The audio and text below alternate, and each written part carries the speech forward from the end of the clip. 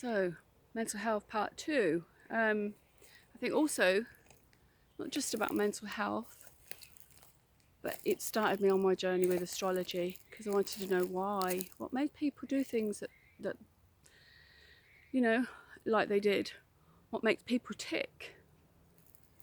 And a few years later, when I come across astrology, it clicked. It did click for me. That was what I wanted and what I needed to do. So I'm going to try and traverse through the woods. Hey! So these woods I want to show you are the actual woods. Like I said, my friends lived at number 4, I lived at number 8. Lovely family, mum, dad, three girls, my friends. Sadly, the mother died, and when the mother died, the husband, grief and trauma, I suppose, took over, and he started to go. I don't know, it was his reality, but maybe it wasn't reality, but it was his reality. Whoa!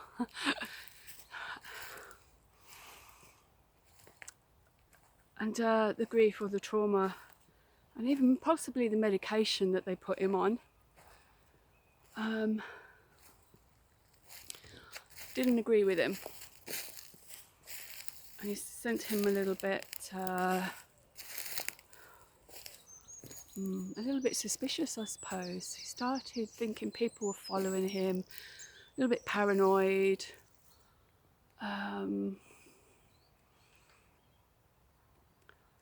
People were waiting at home for him, people were after his children. So as a parent, he thought he'd do the right thing to look after them. He brought them here into these woods where I'm walking now, most weekends, and they slept in these woods. He wouldn't stay at home at the weekends. He brought the children out. I don't know how or who reported it or how the services found out. I still don't know to this day, to be fair, but they did, because they literally, I remember, visually can see it in my mind now. They literally bought a white van and the men in white coats. There were 4, 2 sitting in the front, 1 driving, and then 2 came from out the back. And they went into the house for about 40 minutes, 45 minutes, and then you heard slamming, you heard shouting and swearing, and then you had like cars, 2 other cars pull up and people come out, probably police, social services. So of course we were watching as children. We wanted to know what was happening to my friends. And then I see him, they brought him out, they literally put him in a straitjacket. He was in a straitjacket.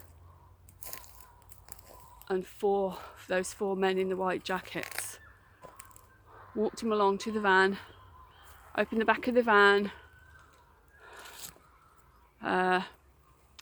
let's say helped him in, and then disappeared. And then a few moments later, probably about 10 minutes later, the girls come out, suitcases, teddies, crying, clutching onto these teddies, and they were whisked away as well. Can't really imagine. You can imagine how they must have been feeling. And I never saw them again, probably 6, 7 years, maybe 8 years. It's the next time that I saw them, and I bumped into them and we spoke, we had a little chat. Yeah, wasn't nice. It wasn't a nice experience. I've seen it a few times as well, when I used to work. Nothing much really has changed. The authorities come and they take over. They don't understand mental health. You know, somebody that's got grief, somebody that's got trauma, somebody that has post-traumatic stress syndrome, somebody that has anxiety, panic attacks, and you come and put them in a straitjacket. Or you put them in a room on their own and lock the door so they can't get out. Okay, but it sounds really, to me that's cruel. Because you need help calming down. You don't need to just be jabbed with diazepam, temazepam, whatever other pan there is. You know? These are human beings, not animals. I still, from my own experiences with my daughter, I still don't think the authorities have got it right. You know? They need to show a little bit more tolerance, a little bit more empathy, a little bit more understanding. I know the hands are tired, and I know most of them want to help.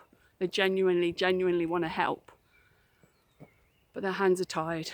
The red tape, the do's and the don'ts, the shoulds and the shouldn'ts. You know, and that comes from the top for people that don't really understand or get it. So, you know.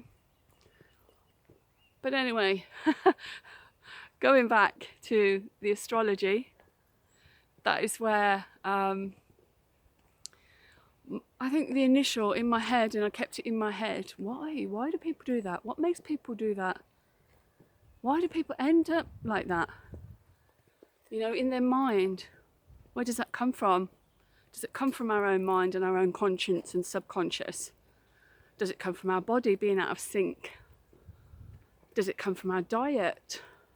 Does it come from medications? Is it written in the stars, in the astrology chart? Don't know. Lots of questions.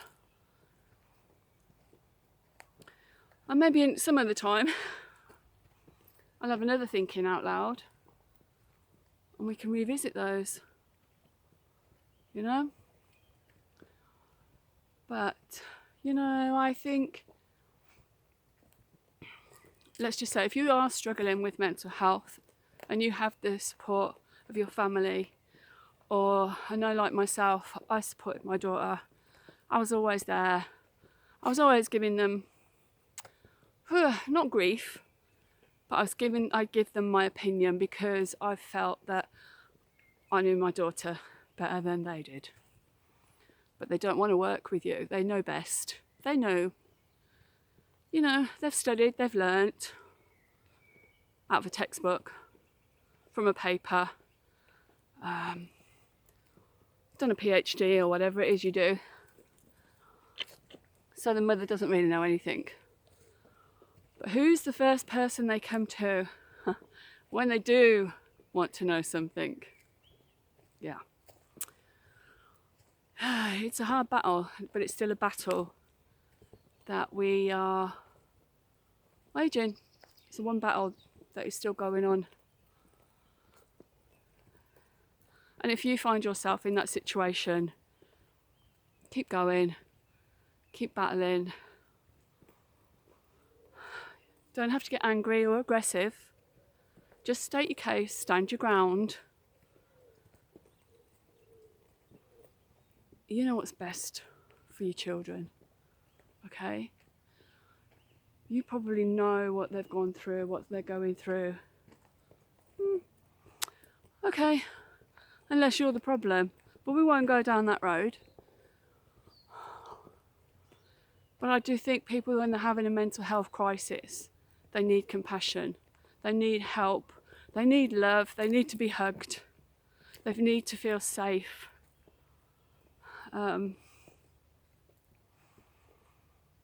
So just do your best, just do what you feel is right.